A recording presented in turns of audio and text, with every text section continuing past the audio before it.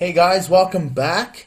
In this lecture, we're going to go through our very first life management tool called the Holiday Planner. Now, one of the worst things about going on a holiday that has been financially unplanned, okay, or unplanned financially, I think is what I was trying to say, is that you get there and it turns out you don't have enough money. Okay, the second thing is that you come back from holiday and realize you've spent more money than you wanted to. Worst thing. So what this tool allows you to do is to quickly and easily plan your expenses. Now I've created this for a 2-month holiday. Feel free to extend that. And what we're going to be looking at first is the first sheet here on the left, as you can see. Okay? Now you can fill this in as you go while you're on holiday, or you can fill it in beforehand and it'll give you an approximation. It's not going to be exact, but that's not the point. You just want it to be an approximation of your cost. So if you put your values in and you only want to spend $2,000 and it comes out as $10,000, well then you need to change something. And vice versa. I think vice versa is actually better. Your trip was 10,000, you ended up only spending 7, which means you have another 3 to go. You know, just that peace of mind knowing that you're going to have enough. Now, let's go through the different parts of this sheet. So the first two are just dates and days. Feel free to change that. It's going to be different for everybody.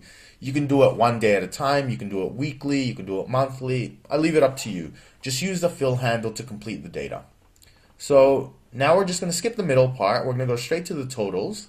We'll get to the expenses a little bit later. Now you got two types of totals.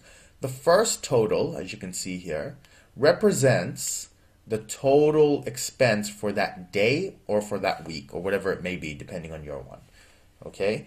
The next one is the accumulated total. Now what this means is your total expenses for that trip as the days go by.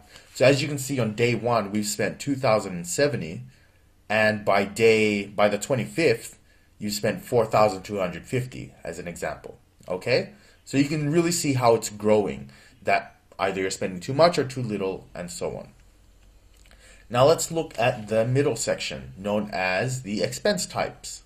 Okay? I've filled in 5 with just some common ones: accommodation, flights, food, public transport, and entertainment.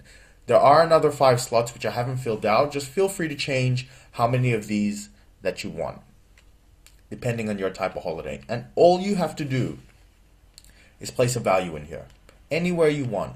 And Excel will automatically calculate the entire thing for you, and it's effortless. Okay? Now, as you can see, the totals have this type of coloring. Now, what this is called is conditional formatting. I didn't go into the cell and just change the color. Now, conditional formatting we didn't do, but this is a good way for you guys to see some other things that you can do with Excel, okay, for maybe some possible later courses.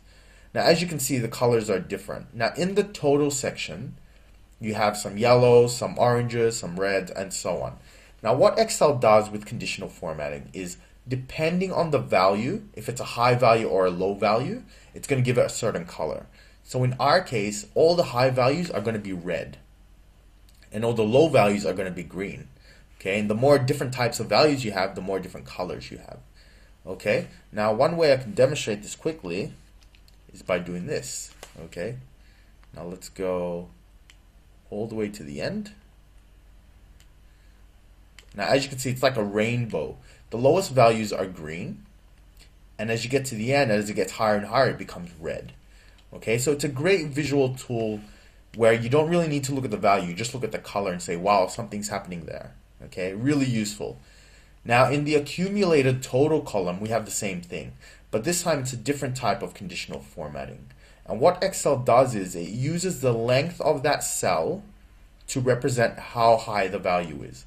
So as you can see from the way it fills it in, our lowest value is 2,070. And as you scroll down, it gets bigger and fills in more of the cell till eventually we reach the maximum.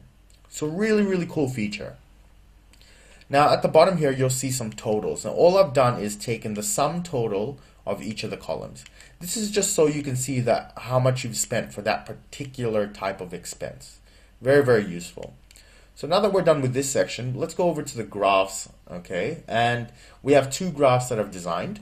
The first one is the accumulated expenses. Now what this is connected to this one, okay? And all it does is it shows your progression over time, but visually, of course. Okay, as you can see, if your graph turns out something like this, okay, it means that you've spent all your money, basically in the first section. And the opposite is true. If you're progressing really, really low and your budget is up here, well, then you have heaps more money to spend. Okay, all that money, you have whatever, another $3,000-$4,000 to spend, which is great. Okay, now the next one is the pie graph. What this is based on the sum totals of each of the expense types. Now what this will allow you to do is really see where you're spending the most money. Okay, as you can see here, we're spending most of our money, over 50%, 52% in fact, on just hotels and motels. Then our next one is flights, food, and then you have all the other little ones, which would be negligible in this case.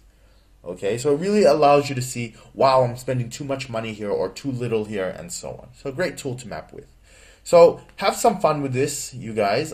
Experiment, see how you go, add new columns, do new graphs, do different types of dates, and so on. Just go nuts. The sky's the limit. This is your opportunity to really experiment.